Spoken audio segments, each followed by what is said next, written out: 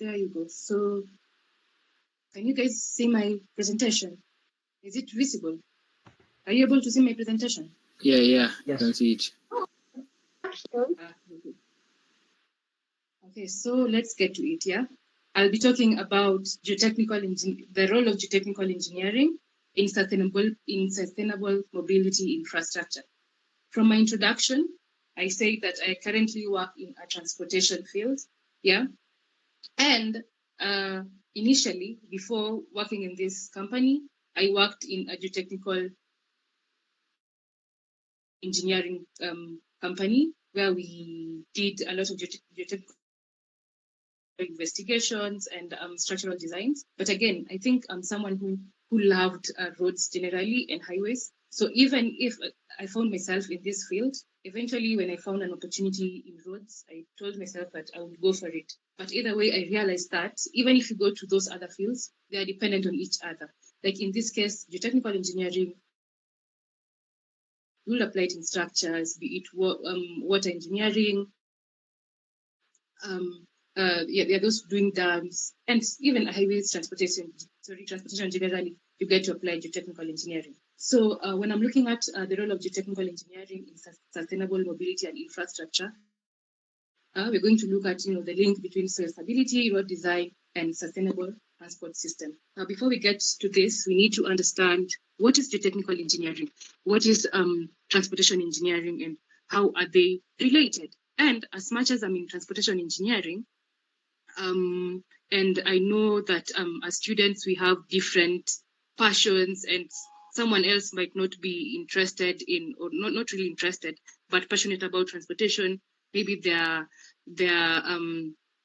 love structures, or they love dams, or things like that. So I try to make my presentation somewhat general based, even though I'll be highlighting majorly on transportation engineering, but you'll also get the general view of geotechnical engineering. So let's get to it. What is geotechnical engineering? Yeah. And what is transportation engineering? So geotechnical engineering is just, the civil branch of civil engineering concerned with understanding the behavior of earth materials. Yeah. And I was actually talking to a colleague of mine today. He's a urban planner. I was telling him about my presentation today, and he asked me to explain to him what geotechnical engineering is. And I don't know if this is a joke but this is what he told me from his understanding. So geotechnical engineering is the engineering of where, yeah, which makes sense because I want to set up this structure. Where am I setting it up? I want to construct this road. Where? Let's say if it's you want to set up a booster or something. Where are you setting it up? So in short, I can also say geotechnical engineering is the engineering of where. Yeah. And then now when you come to transportation engineering, now what I do now, you're looking at how to solve these problems that arise in providing transportation facilities. And highway engineer will provide these facilities. And then now you have to see this facility, how is it serving the people, yeah, in terms of traffic congestion, where you do traffic analysis to understand the flow of traffic in this given area. What are the causes of congestion, yeah? And then road safety, what my current company specializes in, where you evaluate the existing condition in a road. You look at the road furniture, the marking, is it visible? Will drivers see this? The facilities provided in terms of, facilities for pedestrians, motorists, are they adequate? And their usage, will it increase in collisions? Those are traffic accident, or it will actually reduce them. And then if you want to expand this road network, how will you do that? You do that through simulation, just to understand if the existing conditions are able to accommodate the capacity, yeah, the generated traffic and all that, yeah. So that is generally what transportation engineering is about. But it's as I had mentioned in my introduction that before setting up any structure, the technical engineering comes first, yeah. So once you have understood about geotechnical engineering generally, what is it about? I know we have encountered this in class. when I think this is done in fourth year, before you get to geotechnical engineering itself, you usually go through the different disciplines under geotechnical engineering. That is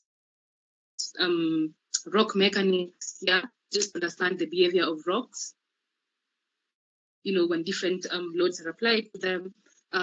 We also have geology to understand the classifications of these rocks, be it metamorphic rocks, sedimentary rocks, yeah, igneous rocks. And then another thing is, I think I'm forgetting one thing. This will be in the introduction. Yeah, that is soil mechanics. Yes, exactly. Soil mechanics, where you understand how to classify the soil, yeah, the different classification system. We will dive into that. So why am I calling this traditional geotechnical practice? I'm calling them traditional methods because the engineering the geotechnical engineering that we learn is majorly focused on safety and stability. But later on, we're going to look at we're going to understand that the world that we live in right now, the evolving world, everything goes beyond just safety and stability. Now, resilience comes in, am I sustainable? As much as I'm designing this structure for for safety purposes, when it comes to the worst case scenario, will my structure still stand? Yeah. So I'm calling it traditional because you're just using the basic principles, basic design principles, be it the basic manuals, just that for now. So in geotechnical engineering, how do you do a geotechnical analysis, investigation, and that will later lead to a geotechnical report that will inform your decisions on how on the steps forward when it comes to designing your structure. So this is the process, the geotechnical assessment process, where initially you have the desk studies, the field investigations, then the laboratory testing, and the report. Now, for desk studies, before beginning any geotechnical investigation, you have to do a desk study. And what do you do in a desk study? That is just reviewing maps and records. Let's say I want to do a geotechnical report in Kiambu, yeah? You have to Google and see, or if you can find geotechnical maps, geological maps, just to see what do I expect when I go there, what are the types of rocks and the types of soils in that area, so that you can know how to mobilize your team. Yeah, if you're sending the necessary equipment, will I be drilling? A borehole, or what? How am I going to collect my samples? What is my site? Where is it located? What's the size of my site? So this is just a desk study, just to prepare for geotechnical investigation. Once this is done, you do your field investigations. So when you're doing field investigations, depending on the scope of works, you can decide if, am I going to do the tests in situ? I'm aware you learned about this in class, when the in situ test and the tests that are done in the laboratory. So as part of the field investigations, some tests might be done on site. And when these tests are not done on site, you have to collect the samples. And once you collect the samples, these samples will be taken to the laboratory to be analyzed, yeah, just to analyze the soil properties. And right now, with many people adopting EuroCode, geotechnical analysis and processes are usually that should be EuroCode 7, yeah? It conducts your technical analysis, how to collect your samples. If you want to, if it's a disturbed sample or undisturbed samples, if you want to retain the moisture, that is what you do in the field. And then you collect these samples, you go to the laboratory, you analyze these properties by conducting a variety of tests. I sampled a number, we'll go through them later in other sections. And then once you do your tests, you analyze the results. Once you analyze these results, you come up with a geotechnical report that gives all the necessary information in terms of properties of your site. Yeah. So I combined a few photos here, as you can see in my presentation. These are just field investigations. These are part of the field investigations. The first one, where my cursor is right now, you can see that is drilling of the borehole. Yeah. This is for large projects. When you have, like, this photo was taken, this will be Suspa. this is a project, yeah, that will be, or they have actually constructed a bridge right now, but this was done before, yeah, because this area was eroded. There was the road was complete actually. Right now, all you can see is a depression below and the raised part. So it was a flat. I mean, it was a flat, sorry, a flat platform before it was eroded to that now. As you can see right now, it's a depression. So a bridge was constructed here, and this was a geotechnical investigation that was being that was done to determine if there was a stable stratum for the piles, because for bridges, given the type of soils in this area, they had to construct piles just to support the piers of the bridge. Yeah, that's in this photo. And then now in the second photo, this is also an a geotechnical investigation, but for small scale projects. If you're constructing like low-rise buildings, or just I'd say low-rise buildings like bungalows and that, or projects that are not capital intensive, you can just do a trial pit. Again, this if you're to decide if you're doing a borehole or a trial pit, all those specifications are provided in that should be record 7. And so this is a trial pit. So a trial pit, it's the layers as it's usually like for this one, it was dug to a depth of like 3 meters. So after they dig every single layer, you have to understand the properties of soil. Is it changing? If the first layer was like the vegetative soil, which is usually blackish in color, and then as you proceed, you encounter other layers, and then now you just have to understand, take these samples as you move from one layer to another layer. You have to yes, you have to understand the different properties of that soil and record them. That's why I say this is for low-rise projects and projects that do not require very critical structures. But mostly, if it requires critical structures, you would go for the boreholes. This one. So this photo right below this one, these are now core drillings. Once you drill boreholes, like this one was done to a depth of 25 meters. They are placed in core boxes. Right below here, these are core. So once they drill for every single meter, they place them here. So you're able to understand, like for example, for this 1 meter run, this is the soil that was found there. These are its characteristics, and it will be taken to the lab for analysis. When you go to other depths, like this will be a depth of between, this is another 1 meter run. You can see some water. Yeah, that's water in a bottle. This is also tested just to understand the groundwater conditions in that area. Is the water in that area, is it acidic? How will it affect my foundation? Yeah. And then this other photo, the fourth photo, this is for sand replacement, usually done in compacted sections. Yeah, just to confirm if the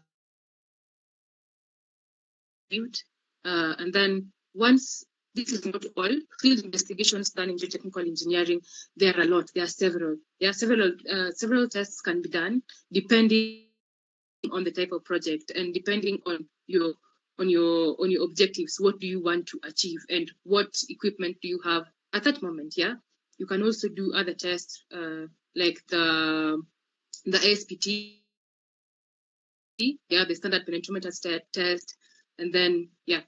But then now once you do the investigations, you collect your soil samples, we now go to the laboratory testing. Yeah. For the tests that are not done in situ, you now do them in the laboratory. And in this case, I just sampled a few tests that are basic in geotechnical engineering. We have the Proctor test in this photo. Sorry, where I'm moving my cursor. This is a test. Proctor test was being done. From Proctor test, you're able to come up with the maximum dry density and then and the optimum moisture content. And then this one, the sieves for sieve analysis, and then just below it, This is the direct shear machine. Yeah, that is used to you do it to determine the bearing capacity of the soil, and then just right on top we have the point load test done to determine the strength of rock materials. We usually have the point load test or the UCS, that's the uniaxial compressive strength, to determine the strength of rock materials, because in geotechnical investigation, you might not find, like, let's say, the rock material can be closer to the surface, unlike the soil material, and you need to determine the bearing capacity of this rock. How do you do that? Using the point load test or the UCS, which is the uniaxial compressive test. And then also below it, we have the CBR. This is sample which has been soaked in a curing tank, and as we know, CBR is done to determine the strength of the soil subgrade. This is used in pavement design. So once you do your laboratory testing and then you analyze your results, you're now able to find relevant information that is important for your geotechnical report. And one of them is usually the bearing capacity. And I remember when I was doing geotechnical engineering, if there's one thing I used to struggle with was Tezagi, the equation below, because you used to wonder, how am I going to come up with the bearing capacity of my foundation? And when I go out there, because yes, Engineer Mark class taught us about this, but for some reason it was not as easy or straightforward. And I used to wonder, like, if I go out there, how will I always calculate it? Until you now do it, and then you find that it's not actually as hard as I had imagined before. Because in this case, the graph, this is the results of a given soil samples that was analyzed, and then from this you're able to get the different Tezagis parameters, like the angle of friction in this case was found to be 17, and then it's the cohesion as 13, and then from this you're able to calculate the bearing capacity. The other factors like the NC, NQ, NY, the usual tables that provide them. So once you calculate this from the lab, you just replace them in the formula depending on the type of foundation you're designing. Because if it was a square footing, you'll have a different factor in front of the C. That should be like 1.3. And then if you have, depending on the type of foundation you're designing, you modify the Tezagi's equation accordingly. All this, you're able to find this after you've done your geotechnical analysis. If you have a closer look at the graph that are provided, you can see that the maximum dry density was also included in this. This is an Excel template that actually calculates it automatically. You don't have to do it manually. But again, before understanding how it is done automatically, like, you have to understand the basic concept. Because once from the laboratory, you're able to come up with the bulk density, which you just insert here in this Excel sheet, the moisture content, and then this is the mass of the sharing that is used in the direct shear box test. And then once you have all this below here, you're able to come up with the bearing capacity, which is important in design, be it your foundation design. You're able to understand how that given ground behaves. And then another thing is the classification. So soil classification, I'm also sure you've encountered this in, that should be, I can't remember the unit, some unit on I think highway engineering or something. So from sieve analysis and from Atterberg limits, you're able to classify your soil. And we have different types of classification. We have the AASHTO and the UCS. In transportation engineering, we love AASHTO, or AASHTO describes the type of subgrade material, especially when in the design stages, when you want to decide on the appropriate borrow pit, where am I going to get my subgrade material? After it is tested, we use AASHTO to tell us the type of material that you're dealing with. Now, in this case, this is just a small illustration. Yeah. So in group classification, you're able to classify your material in terms of, is it A1? Does it fall under A1? Sorry, A3, A24, A25, A26, or yeah. So and how do you do this from your sieve? From your sieve analysis, after you have plotted the sieve sizes against the percentage passing, you're able to find the percentage passing in sieve number 200, that is the 75 millimeter sieve. Once you find that, and then you find your liquid limit, you find your plastic limit here, you're able to go across this table and then see where does it fall. Is it class A3, class A2, class A25, class A26, or A27, like that. And then from this, you're able to tell if your material is a excellent or good subgrade material. Yeah.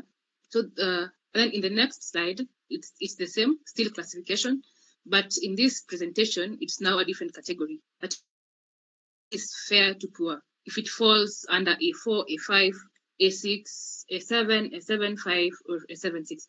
All this, you get it from, once you do your sieve analysis, you look at the percentage passing in the different sieve sizes, and then the results from the Atterbag, that is the liquid limit, the plastic index, you're able to classify if it's a fair or poor material, which will not be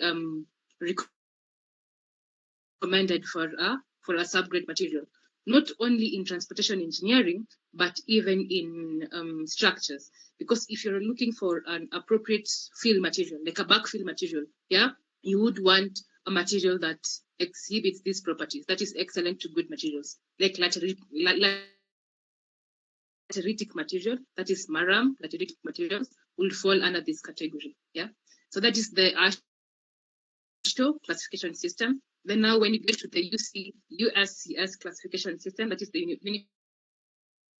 Unified Soil Classification System, you're able to classify your soil in terms of, is it gravel, is it sand, is it silt, is it clay, things like that. Yeah. So there's usually this graph. Once you have your plasticity index, your liquid limit, you are able to just read through and see where does it fall along this line, the airline. You can determine if it's silt, that is M is silt, ML, that is silt of low plasticity, MH, silt of high plasticity, or clay of high plasticity, clay of low plasticity. That is the USCS classification system. And mostly, in most reports, they normally provide both AASHTO and USCS. So one will use them accordingly, yeah? Because USCS, it gives you the type of soil you're able to understand. And then AASHTO, it gives the type of, if it's a good subgrade material or if it's not a good subgrade material, yeah? And once you do your investigation, all that, so generally, role of geotechnical engineering in transportation engineering, yeah? So you're able to apply principles of geotechnical engineering in foundation design, slope stability analysis, and pavement design.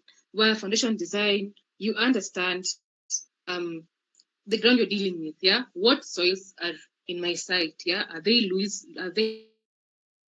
loose soils like sand, yeah? That could easily be affected by liquefaction, yeah? And then if I want to do my piles, is there a hard bearing stratum? How am I going to design my piles? Yeah, is it going to be a friction pile or an end bearing pile? From doing a geotechnical investigation, you're able to tell that, because when you drill to a depth of like 25 meters or 20 meters, depending on where you find a stable rock, you're able to tell that. Yeah, and then slope stability analysis, because most of the roadworks involves excavation, and so you will be dealing with embankments, and so you'd want to know if you need to design for retaining structures, how do you design your embankments, yeah, just to prevent their failure, mudslides, things like that. And then when it comes to pavement design, how am I going to settle for a rigid pavement or a flexible pavement, yeah? And then what are the layers in my pavement? Yeah, if it's subgrade, what type of material am I going to use for my subgrade? If it's the subbase, am I going to be stabilizing my subbase instead? Because maybe it's more economical than looking for another material. Yeah, and then what are the effects if I have to remove this material from this given area to this given area? Is it more expensive, or do I have to look for an alternative for that? Yeah, so that will be the role of geotechnical in transportation engineering. Yeah, but you see, this is just basic. Yeah, basic things that we do. But is it sustainable? Are we sustainable? Yeah. Now this drives me to my next topic on sustainability. Yeah. So in engineering generally, what is sustainability? Yeah. And how do you become sustainable as an engineer? Yeah. So sustainability, you're looking for what ways. Yeah. What ways can I adopt in my project to avoid depletion of natural resources as you maintain the ecological balance? Yeah. As much as I'm looking, I want to make my structure stable right now. But right now, if you look at one of the things that everyone is struggling with worldwide, yeah, it's climate change, yeah, and we have seen the adverse effects of climate change. Even last year, I remember in Nairobi, when not only Nairobi but generally the heavy rains, where most areas were flooded, buildings were collapsing, the rate of deterioration in roads were increasing, and so things like that, effects of climate change. So how do you ensure that my designs, the designs you're working on, yeah, they're sustainable? You're building a resilient structures. It doesn't have to be just transportation systems, but it could be houses, high-rise structures, dams, things like that. How do you make them sustainable? Now understanding that we have to deal with climate change, yeah, and also what are other ways to mitigate climate change, yeah. So by mitigating climate change, you are actually contributing to the sustainable development goals. And so I looked for we have 17 sustainable development goals, the 17 SDGs, but I just picked 4 that are relevant to today's topic. That should be SDG 3 on good health and well-being. This specifically will be SDG 3.6 that focuses on reducing accidents and on transportation systems. And then we have industry, innovation, and infrastructure. This is where resilience comes in, where by being innovative, you're able to construct sustainable and resilient infrastructure, and then sustainable cities and communities. You're improving accessibility and equity in cities and communities with stable roads, and then climate action, generally reducing carbon footprints, reducing emissions. Yeah. So how do you contribute to the sustainable development agenda? This will be through innovations and renovations. Yeah. Like if I remember when we were doing projects, yeah, when we were doing projects in campus, you in my case, I'll speak about my example. I tried looking for something that, yes, it's existing, but it's improving what is there. Yeah, that's more of an renovation. And then now innovation, you're coming up with new ideas that actually make whatever was being done before better, by improving them. So when you improve them, how do you promote a sustainable and a resilient future? Yeah. This reduces project risks and delays. Yeah. If the structure is resilient, the project risks reduces. It improves the accuracy of foundation designs, minimizes costs through smarter resource use, and support eco-friendly construction. I've given an illustration here where we are moving from traditional methods, yeah, to sustainable methods, yeah, where you are now adopting, you're integrating innovation in your daily practices. With the traditional method, using technology and all those different things that we are about to get into to ensure that your structure is sustainable and resilient. So what are these measures? Yeah, this is a summary of everything that I'm going to talk about when it comes to, these are now innovations in geotechnical engineering, because as I said, before anything above stands, you have to really focus on what is below. Yeah. So in geotechnical investigations, this will be the automated testing equipment, the geospatial innovations. We have climate resilient structures, sustainable soil stabilization, use of AI and machine learning, and then the digital twin and smart sensors. Yeah. So resilient foundation and pavement layers. Yeah. So how do you make your structure resilient? Yeah. So instead of just doing the normal geotechnical investigation, now you have to understand, you have to bring the sustainability aspect in it. If my foundation floods, is my structure going to stand? Yeah. So it's not just the normal geotechnical engineering, but now you're focused on how do I make this stand? If you're constructing your building in an area that is likely to flood, do I need to do piles? Yeah. Will using piles in my design make it more resilient? Yeah. Things like that. And then if you're getting to soil stabilization, apart from just using the traditional soil stabilization measures like cement and lime, which we know has an impact on the environment, what other soil stabilization techniques can I use? Yeah, I remember some projects people tried using, using bagasse in soil stabilization, things like that, that are more, that are eco-friendly. Yeah, these are now the applications of geotechnical engineering in sustainability. Yeah, you can use things like biogrids that are what's the word for it? Yeah, it's called biodegradable. Instead of using the synthetic ones, you now use biodegradable geotextiles that are used to improve the subgrade. And then we also have the use of artificial intelligence and machine learning. I actually saw someone, I think it was James Karanja. He posted something on his LinkedIn about using machine learning. Yeah, because in geotechnical engineering, as you saw, it's quite involving. Yeah, you'll be having a lot of tests to do. You have to do ATABAG. You have to do sieve analysis. You have to do direct shear test. You're doing a lot of tests, and trust me, you're not doing this for a single point. If you're going to do a geotechnical investigation, you're not going to be drilling one borehole.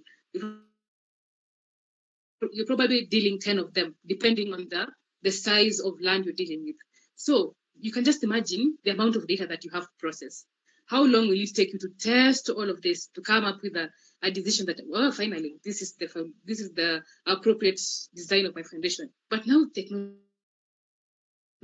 we now have AI and machine learning, yeah, that now can predict soil behavior. Once, yes, you still have to do it traditionally, but you can now create models from that, simulate that, and then now analyze a large amount of data using AI and machine learning just to predict the behavior of your soil.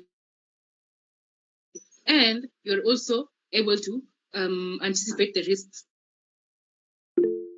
that are associated with this. And another way of anticipating risks is now the use of IoT, Internet of Things, and digital twins. And how do you do this? I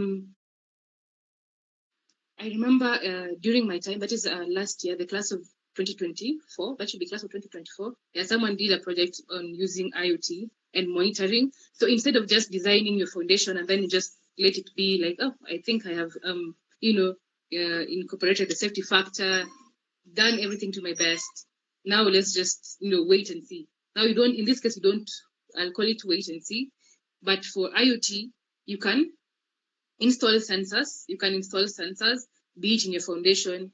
You're able to monitor groundwater movement in that area, and then you're able to see in terms of settlements, how is the settlement? You can now monitor, is the settlement within the given range, yeah, or is it exceeding that, and how can I now come in to ensure that this building or this structure remains safe? And digital twin is now creating a virtual replica. If you have, let's say, a soil or a rock in a given area, yeah, you now create a virtual replica of that. Now you can monitor it online instead of having to go all the way to that site to keep looking at what is there, because you would have probably constructed a whole structure above it. Now, how are you going to monitor what is below? But digital twins gives you this advantage. You're now able to view it virtually, and now through the use of IoT, you're now able to monitor. And if there's increased flooding in an area, you can see how is it affecting my foundation. You just monitor it virtually, and you'll know when to come in as an engineer to prevent the adverse effects later. Or you have to wait until your building falls, and then or maybe until it cracks, and then you're like, oh yes, we need to come in, this structure is not stable. Yeah, you're able to predict this early enough. One advantage or one good thing about innovation. And then another application is now the geospatial and smart testing tools. Yeah. Now for geospatial, we have now geospatial mapping, which has made geotechnical investigations very fast. If you're covering a large piece of land, you don't really have to go there physically. The geotechnical, the LiDAR, that is the use of light and detection ranging, you're able to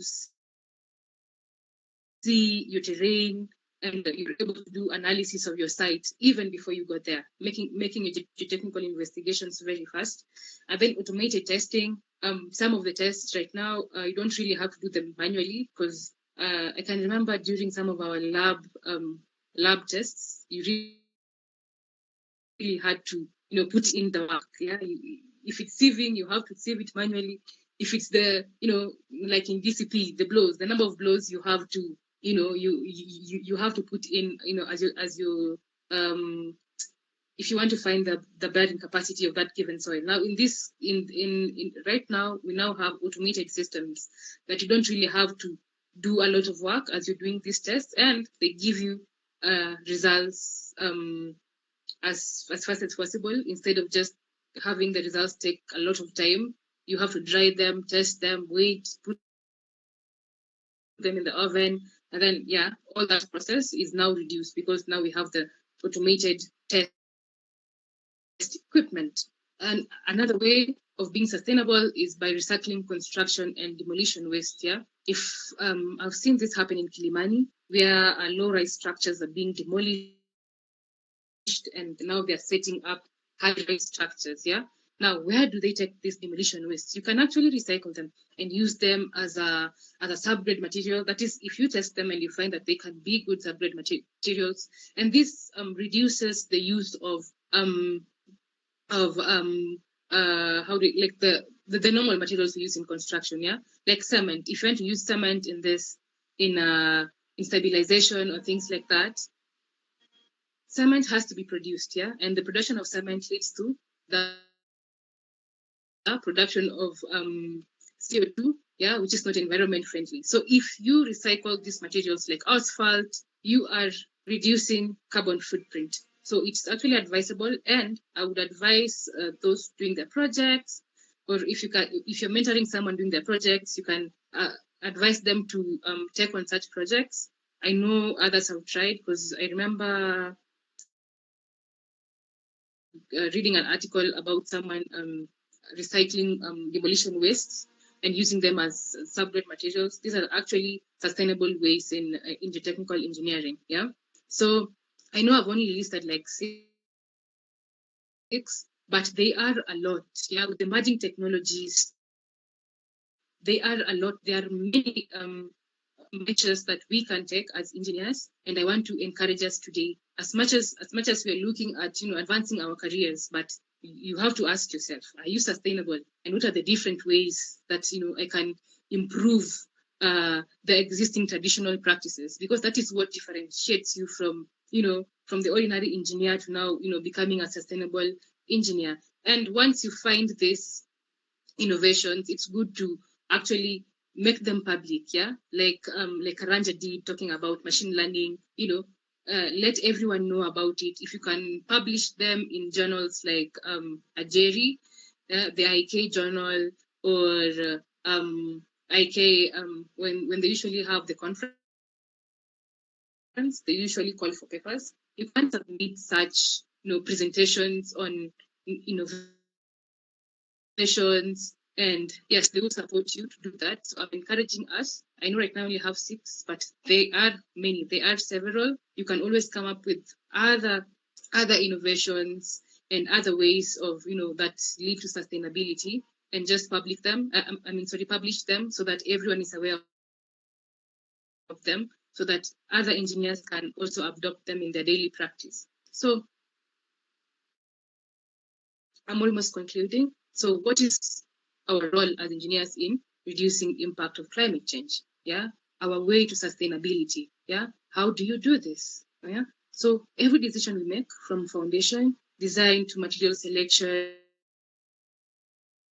it has an effect on the environment. And by choosing to be sustainable, you are building an infrastructure that is not just strong, but is resilient and future ready. And so, as I'm concluding, what do I want to leave us with? My parting shot here. Sustainable mobility, now my field, begins from the ground, and this will mark the end of my presentation.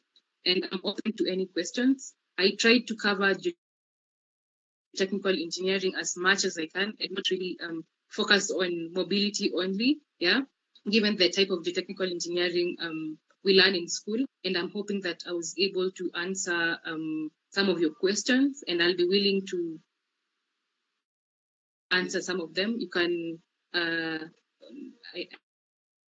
I don't know how we will go about this, but maybe the chair will let us know later if you want to drop them in the comments or raise your hands. Yeah, thank you. That's the end of my presentation.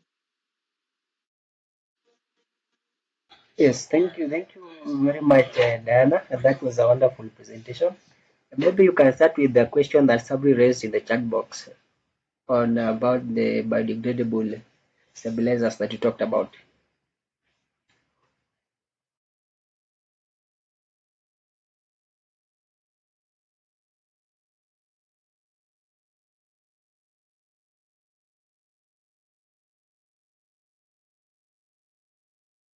Hello, can you hear me? Oh, yes. Yes, there is a question that was Yes, raised. sure. Yes, I can hear you. Sorry, my microphone was off. Okay, so if it's biodegradable, yeah, if it's biodegradable, once the soil get destabilized when the geostabilizer gets consumed. Nice. This is actually a good question. Yeah, that was on that should be which slide when I was talking about geosynthetics and. Okay, actually no. It if it's biodegradable, I don't think it gets consumed. The only thing is, when you're using traditional stabilizers like cement or lime, what happens is it reacts with that should be silica and alumina in soil. Yeah, that leads in the production of this complex compound, that affects the environment. But if you're using of biodegradable stabilizers, yes, they actually work the same way the like cement and lime works by by bringing soil particles together, yeah, and which increases their strength, but without actually affecting the environment, yeah. So it doesn't what was the question again? Or when the no it doesn't get consumed per se, but it does not just have adverse effects on the environment. I'm not really sure if this answers your question, Ahmad. You can just type on the chat box. Okay, and then there's also another question. This is from Boaz. What are some of the methods used to reduce carbon footprints in predominantly concrete structures? Okay, so this I think I'll just mention the ones that I'm aware of. In predominantly concrete structures. This should be structures that are mostly concrete. Yeah. Now this is where I think the green buildings come in. Yeah, because you're already using a lot of concrete, and we know that one of the materials used in making concrete is cement, and cement production, is not environmentally friendly. So once you have such a structure, how can you reduce carbon footprints? I've seen green buildings where we have either I can't remember the country, but there's this country that invented this mold where they are introducing molds in like structures, that I think molds or lichens, or I may have to research on that, since I'm not really in structural engineering anymore, but it was like molds or like lichens that grow on buildings, just to help in reducing the emissions, especially if it's in towns or cities where there's usually a lot of CO2 emissions, be it from our transportation networks and things like that. Yeah, that or just this huge green building that has plants outside, and that, yeah, I think that is all I can say when it comes to predominantly concrete structures. Yeah, or you can also do there's usually an assessment that is done just to know the amount of carbon footprint in that. The carbon footprint in that area, and then now you look for more sustainable ways or better ways of reducing the emissions in that area. Yeah, but I think that covers that. Other questions? You don't have to type them. You can also just speak. I have a question. Mm-hmm. Hello. Oh, okay. My Yeah, question I can is, hear you. after graduating, maybe some of people who have graduated, some of your mates who graduated with you have not yet even maybe gotten attached to industry like you. So, like, I'm just asking, what is the kind of transition that you experienced from being a student to being a graduate to being attached to the industry? How did you adapt so that you're able to like my attach yourself experience? to the industry? Okay. Yeah. So, okay. So, you're asking this in terms of how do you get these opportunities? Yeah. I just want to get you clearly. Are you asking, like, how do you get these opportunities, or what is the experience once you get these opportunities? Which part exactly, or both? Okay, like answer both. You can answer both.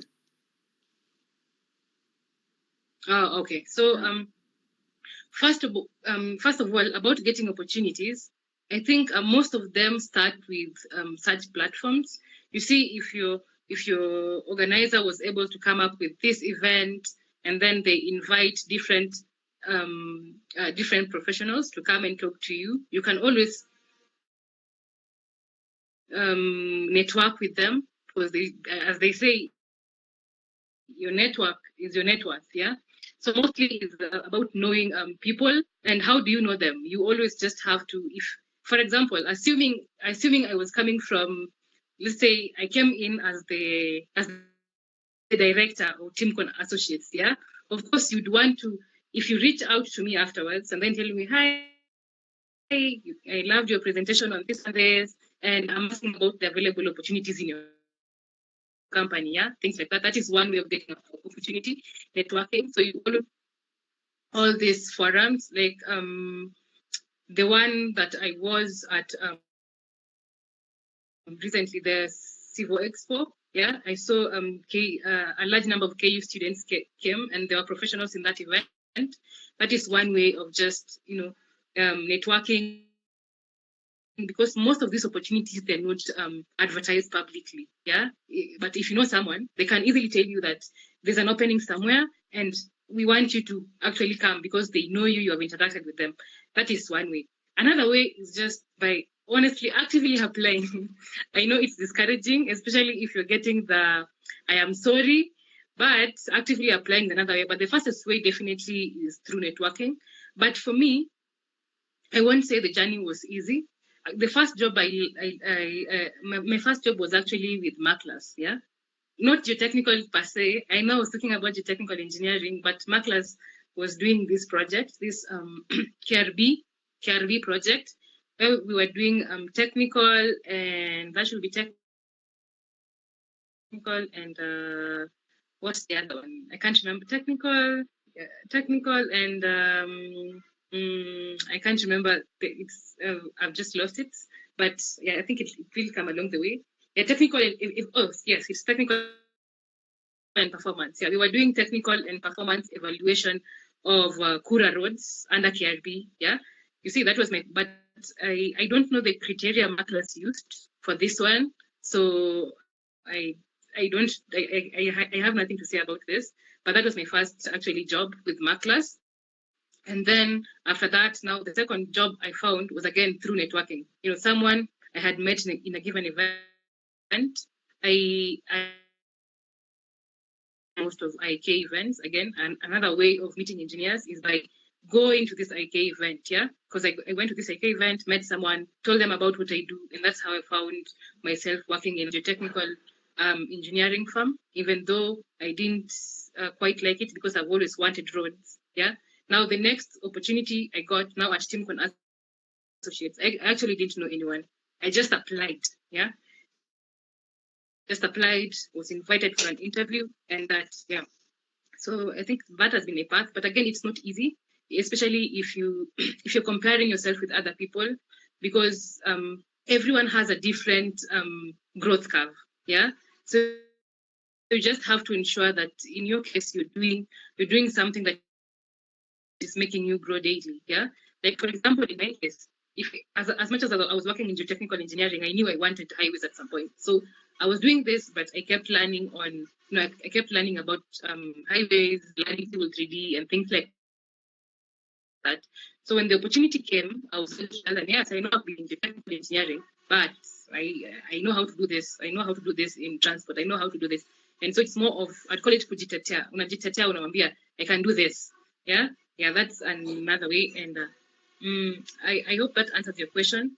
But again, the way you have said, it's not, the growth curve is not the same for everyone. Others spend a lot of time um, before they get an opportunity. Others find themselves going to other fields because again, passions change. Yeah, I don't know.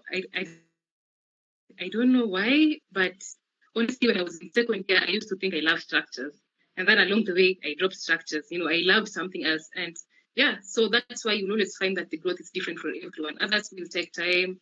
For others, probably they already made some network, so when they get out there, it's just automatic for them. But it doesn't mean that you're supposed to give up or compare yourself with the other person who you feel. Because for you, you might feel they're thriving, but unless you actually talk to them and ask them. Because when I was in geotech, when I was in geotech, if you were to view my LinkedIn profile, you will think like, wow, she's doing well. But deep down, I wanted another field. Yeah, I wanted to specialize in another field. So unless you interact with them, you will be able to know if they're actually thriving, or they're also almost at the same level with.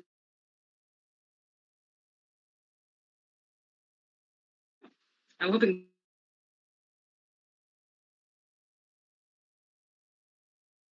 um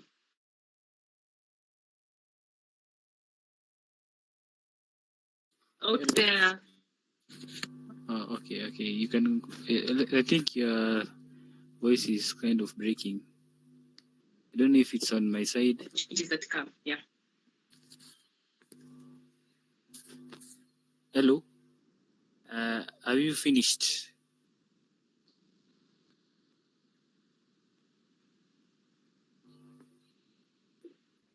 Yes, hello. Diana, have you finished answering William's question? Sauti yake ilikuwa yapotea kidogo. The end parts hiyo ya kumalizia. I don't know if she can hear. Maybe she can respond if you can hear us speaking. But she answered most of my questions. The major bits she already answered most of my Can questions. you guys hear me? Yeah, we can hear you now. Yes. Hello. Can you guys hear me? You but kumalizia. Oh, Yeah, we can hear you now. so sorry about that. Yeah, I think that was my network. I'm sorry about that. But I hope that you had my comment on that. Unless you'd want me to talk about something else, yes, you can just let me know. But I try to cover as much as I can. Yeah, you covered. You answered it perfectly. Yeah. The major bit of my questions you already answered. Thank you. Okay, so welcome. Any other question? Yes, we have two other questions in the chat box, one from Boaz and one from Meshach. Okay. So, So this is in roads. What is the difference between a transportation engineer and a traffic engineer in Kenya? And how can we be involved in such fields during this strike? Good question. So, actually, I think a a traffic engineer is also a transportation engineer. Yeah, I don't think there's so much big difference because as a no, actually there is because um, hmm, traffic engineering is under transportation engineering, if it makes sense. Yeah, it's like a small division under transportation engineering because in transportation planning, before you let's say you want to do road safety analysis for a given structure, a given section of a road, or you want to see if do we need a BRT lane in this given section. Yeah, that's a transportation engineer will do that. Yeah, they do the planning to see if you how to make the transportation networks efficient and better. Yeah, you will need a traffic engineer to do the traffic analysis, traffic study, traffic analysis, because from the traffic analysis, you're able to now make such decisions. Do I need an extra lane? Yeah, from the traffic analysis. What is the AM peak or PM peak in this given section of roads? Yeah, what is the annual average daily traffic on this given section of road? Yeah, or what are the daily traffics? Yeah, once you get this, you're able to come up with a decision as a transportation engineer. So I think that traffic engineering is still under transportation engineering, but unless you decide to specialize, like I'm a transportation engineer, but I want to specialize in traffic engineering. Now that makes you a traffic engineer. Yeah, I feel like transportation engineering is broad based, and then when you narrow it down, now you can decide to become a road safety engineer. I want to become a transportation engineer, or I want to become a transportation simulation, and you do transportation simulation and modeling that you specifically focus on that. But if you're doing it based, traffic engineers are also transportation engineers. Yeah, I hope that makes sense. And how can you be involved in such fields during this strike? This could be through attachments, but for an attachment, you will need a letter from the school. Yeah, KU has to provide you the letter for them to give an attachment opportunity. That could be one way, or another way is if I could talk to my employer, yeah, like now our boss, if they are willing to take attachees for this period of time, because I know right now we are having a lot of projects throughout the country, and we're doing a lot of traffic analysis and traffic surveys, road safety audits, yeah, just to see if maybe they're willing to take in. I think maybe the maximum they can take in is maybe 2 or 3, given the size of our team, and then maybe to see if they can include some of you in our traffic designs or traffic surveys. And then, yeah, I think that would be one way, working with a firm that deals with transportation or traffic. Yeah, that could be ITEC.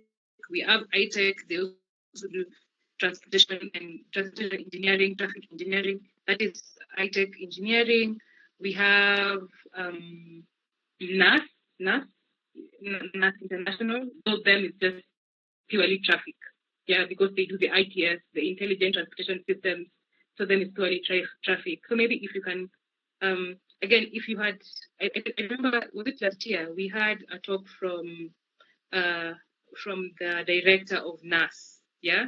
So if one of you maybe had connected with him, yeah, maybe this is now the opportunity. You ask them if you can go to their company, or he has a LinkedIn profile. It's called something. I've forgotten his name.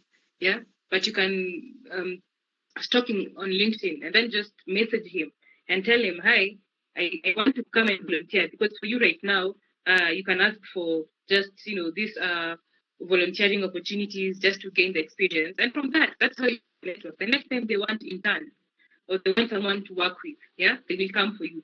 Plus, mostly if you're volunteering and you're adding value to the team, they will end up paying you. Yeah, I've seen people volunteering in my company, and they ended up paying them because they were adding value to the company. They came in as volunteers, and then later on, at the end of the month, as much as they were not absorbed, yeah, but they were paid for the services that they were providing to the company. Yeah. So that is one way. That is one way that you can be involved with that. Email those, text them. In my case, I will ask on my end if we can accommodate just more, I'll call them volunteers or attachis, but for an attachee, you'd have to have a letter from the university because it's one of our company's policy. You must have a letter from from your university, and then to see if they can include you in the team, and then you can learn from that. Or you can also look at other consultancies that provide such services, that is in transportation engineering, and see if you can join their team and learn as much as you can. Or for the government, it's really hard unless, because I know they have a specific time frame for providing attachments opportunities. Yeah, like I know they have a division. They have a division that specializes in, I think it's the highway safety and something department. Yeah, they can also do that, though most of their work, they give it to consultants to do them.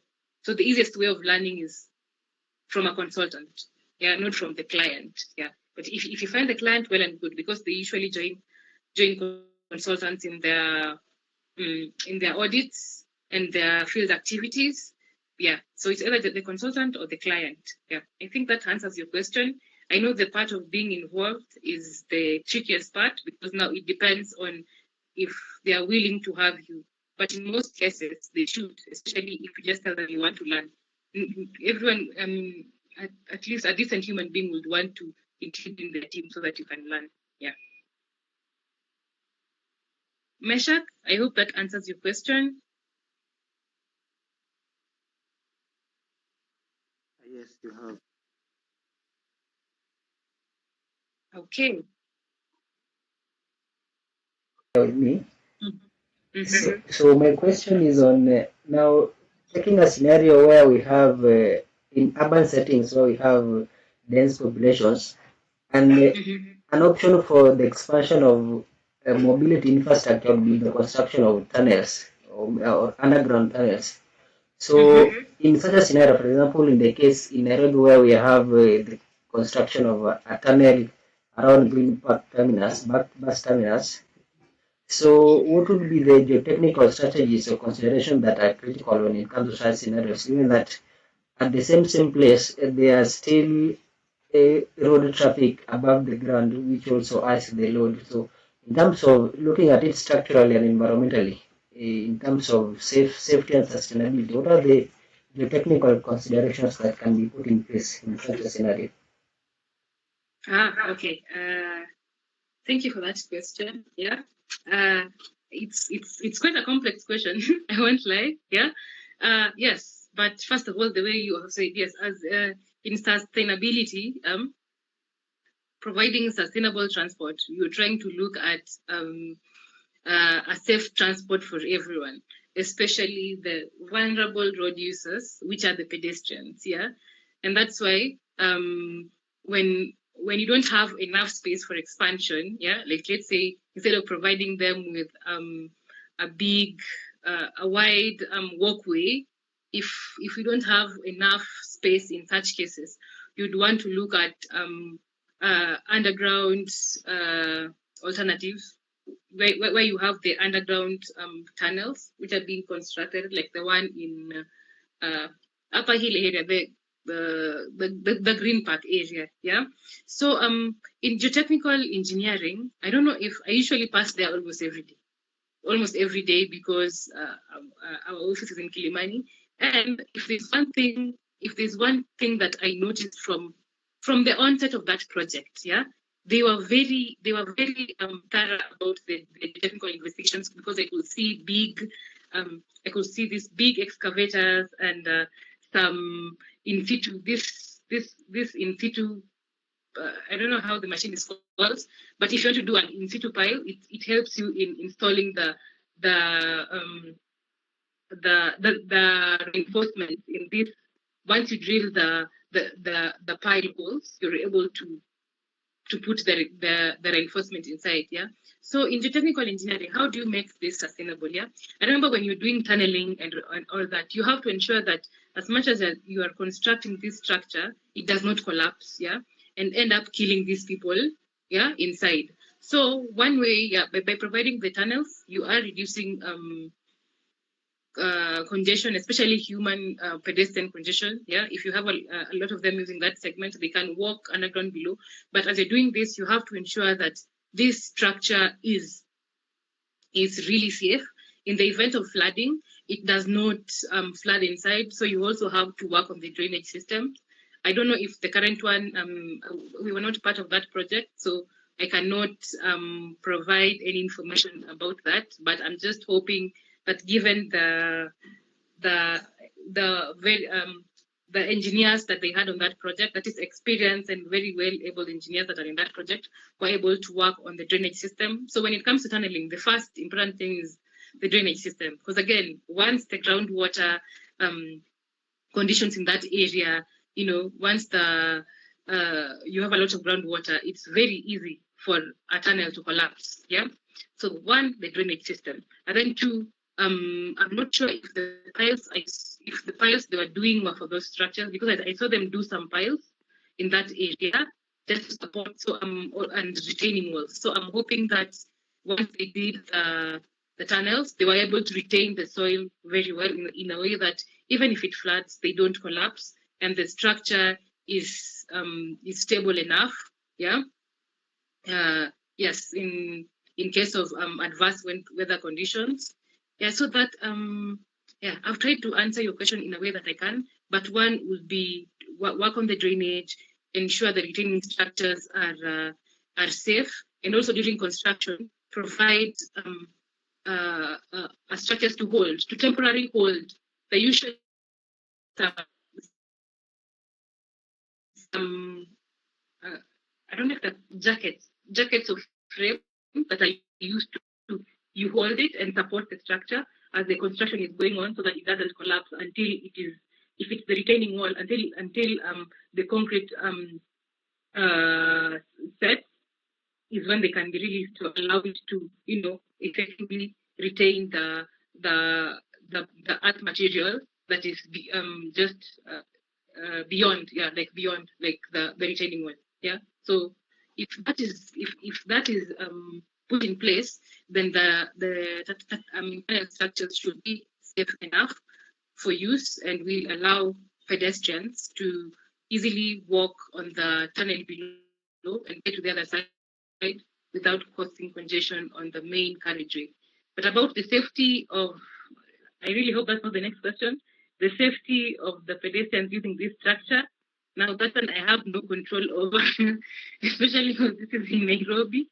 Yeah, I have seen concerns in Twitter, people talking about, kama unaweza ibiwa, unaonyeshwa Kanairo, just above the ground on the normal walkways. Yeah.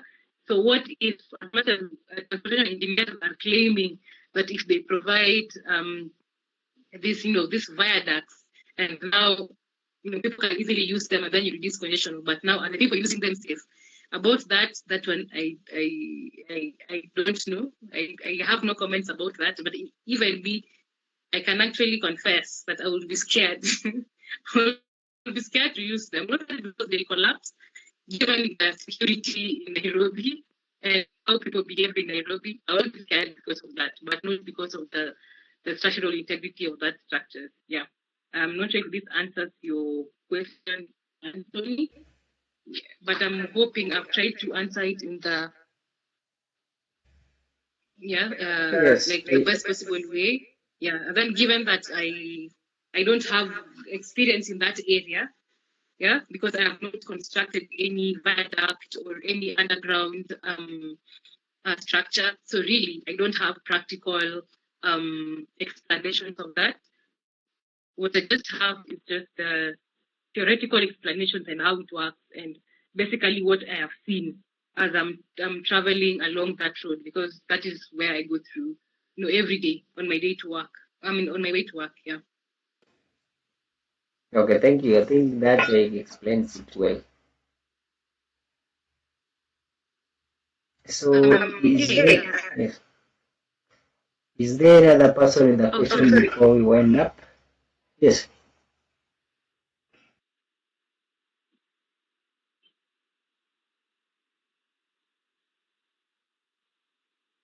You were saying something there. Oh, sorry. I actually thought you're giving room for someone with a question.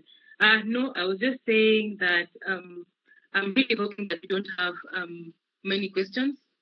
Given the time, it's 8:50. I do not want to take much of your time. So other questions can just be raised to you, Anthony, and I can always answer them another time. Or you can reach out to me. I'm in the group, the ACES group, so I am willing, and I'll be able to create time for anyone with a question. You could always just inbox me.